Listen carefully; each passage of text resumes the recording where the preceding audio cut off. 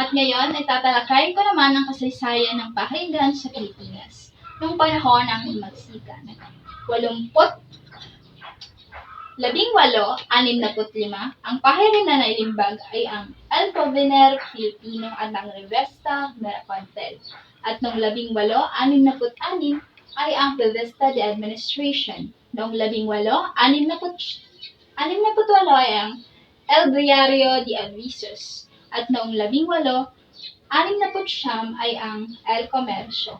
At noong 1874 ang El Trovador Filipino. At noong 1875 ay ang Revista de Filipinas El Oriente. At noong 1876 ay ang El Lorneo de Manila at Bulletin de Manila. Noong 1877 ay ang El Avisador de Manila.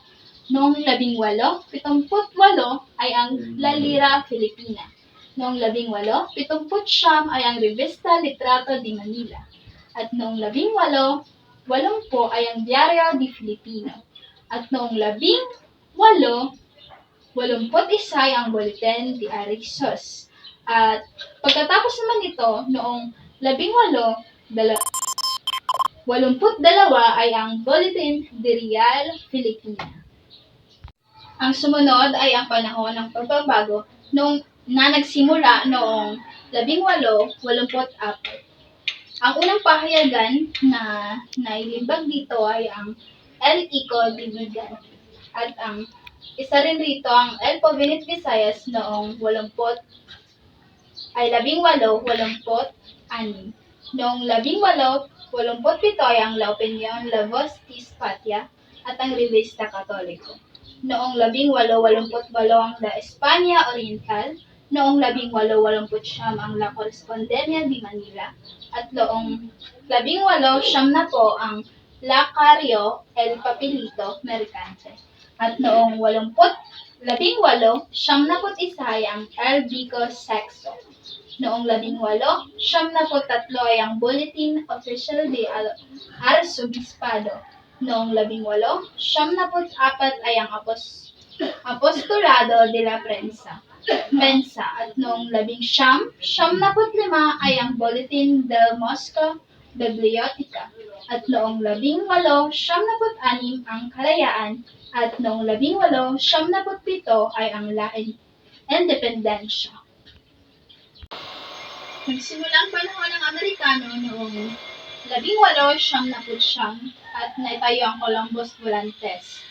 At noong 1900 ang El Grito del Pueblo. Sa panahon naman ng Hapon, The Daily Tribune. At ang isa pa sa pahayagan ay ang Manila Bulletin. At sa panahon ng liberasasyon, naging masigla ang paglabas ng mga pahayagan at lumabas na rin ang iba't ibang pahayagan ng Free Philippines sa Leyte. Tapos ng panahon ng liberasasyon ay ang Morning Sun ay tinatag ni Sergio Menya nang matalo siya ni Manuel Rojas. At ang Daily News at Balita naman ay tinatag ni Manuel Rojas na naging lingguhan. At nagpatuloy naman ang mga pang-araw-araw na pahayagang Ingles tulad ng Business World, Malaya, Manila Bulletin, Manila Standard Today, Philippine Daily Inquirer, Philippine Star, The Daily Tribune, at The Manila Times. Gayon din ang mga tabloid na abot kaya ng masa tulad ng Bangketa, Bulgar, People's Journal, People's Taliba, Tagpo, Philippine Star, at Saksi Ngayon.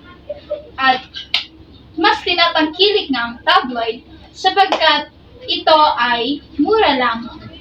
Yun lamang po at maraming salamat.